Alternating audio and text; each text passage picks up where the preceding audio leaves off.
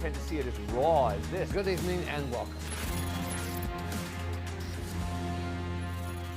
It just never gets old. I can always listen to that. All right, let's get right into the case. Joining me right now, Philip Dube, Deputy Public Defender from LA County, and also Judge Brandon Birmingham from Dallas, Texas. It's great to see you both here. Now, Philip, I love that clip we just played, but what I really love is what the jury is about to hear this week. The 2015 interrogation in New Orleans when Robert Durst was arrested, the conversation that Durst had with John Lewin about 2 hours. Philip, that is the key there. What do you think the jury is going to make of that? I'm not sure if you've had an opportunity to look at it or really study it, but Durst said so many things in that interrogation that you have to imagine are going to come back and bite him. Yes, that's always the case with our clients. They run their mouth one too many times. They're going to treat that interrogation as one massive adoptive admission, if not an express one, and a virtual confession. He is going to acknowledge that many of the things that he's accused of, in fact, occurred. They're going to show that his denials were belied by the evidence presented to the jury, and he's just going to look like a big, fat liar.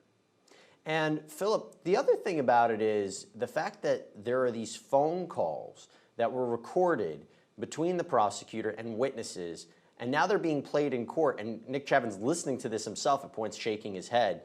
Is that common practice? No. The only time it's common practice is if you have a recorded interrogation between the witness and or the defendant and the police. It's very rare that recorded statements are available that were done between prosecutors and witnesses.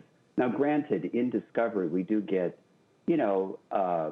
summations, written notes, impressions from prosecutors who do casual interviews with witnesses in the halls or over the phone, and they just hand over their notes. But I don't think I've ever in my career had a recorded interview from a prosecutor who had directly interviewed a witness, him or herself, ever.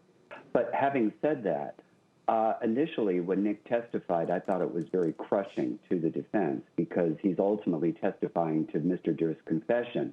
But then when you juxtapose that with the prior statements that he made, the jury's going to get that falsus in uno instruction saying if you believe a witness has lied in one material aspect of their testimony, you can disregard all of it.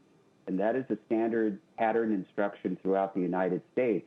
So while he had very favorable evidence for the prosecution, it got undermined once they played the prior recorded statement.